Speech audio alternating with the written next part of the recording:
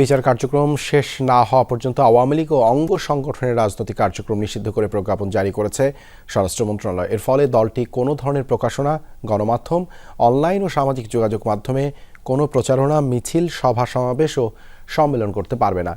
যেখানে এ ধরনের কার্যক্রম দেখা যাবে সেখানে আইনশৃঙ্খলা বাহিনী ব্যবস্থা নিবে বলে জানিয়েছেন স্বরাষ্ট্র উপদেষ্টা।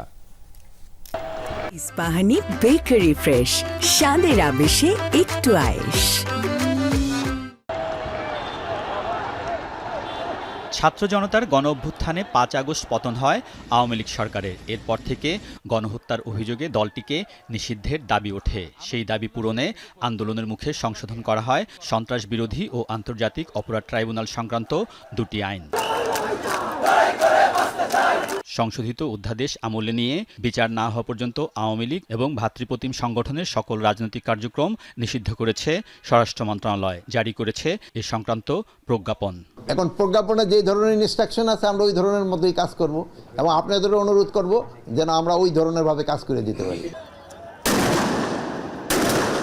প্রজ্ঞাপন অনুযায়ী গণ অভ্যুত্থান ঠেকাতে আওয়ামী লীগ ও এর সংশ্লিষ্ট সকল সংগঠন, বিরোধী রাজনৈতিক দল ও ভিন্ন মতের মানুষের উপর হামলা, গুম, খুন, হত্যা, নির্যাতন ও ধর্ষণ সহ নানা নিপীড়নমূলক ও সন্ত্রাসী কর্মকাণ্ড পরিচালিত করে ত্রাসের রাজত্ব কায়েম করে। তাদের বিরুদ্ধে দেশি ও আন্তর্জাতিক প্রতিবেদনে লুট, অগ্নিসংযোগ, সন্ত্রাসী কার্যক্রম ও মানবতাবিরোধী অপরাধের অভিযোগ সুস্পষ্টভাবে প্রতিষ্ঠিত হয়েছে। এর ভিত্তিতে দলটির নেতাকর্মীদের বিরুদ্ধে আন্তর্জাতিক অপরাধ ট্রাইব্যুনাল এবং ফৌজদারি আদালতে অসংখ্য মামলা বিচারাধীন।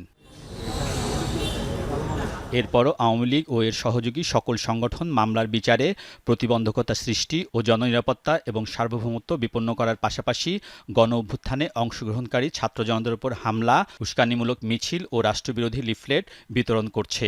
বিদেশ থেকে দলটির পলাতক নেত্রীসহ নেতাকর্মীরা সামাজিক যোগাযোগ মাধ্যমে দিচ্ছে অপরাধমূলক বক্তব্য। গণহত্যার অভিযোগে দায়ের করা মামলার বাদী ও সাক্ষীদেরও হুমকি দেওয়া হচ্ছে। এতে বিচার বিঘ্নিত ও সার্বিকভাবে আইনশৃঙ্খলা পরিস্থিতির অবনতি হওয়ার শঙ্কা দেখা দিয়েছে বলে মনে করে স্বরাষ্ট্র মন্ত্রণালয়।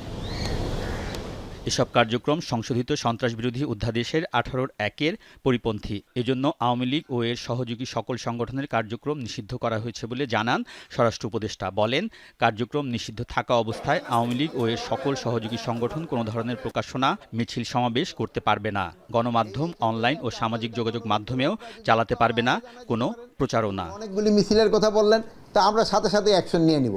আর আপনাদের জানানোর আগে যদি আবার আমাদের ইন্টেলিজেন্সের মাধ্যমে যদি আমরা খবর পেতে পারি আমরা অ্যাকশন নিয়ে নেব। স্বরাষ্ট্র উপদেষ্টা আশা করেন দেশের স্থিতিশীলতা ও আইনশৃঙ্খলার স্বার্থে এক্ষেত্রে সবাই ঐক্যবদ্ধ থাকবে। আলমগীর স্বপন, যমুনা নিউজ, ঢাকা।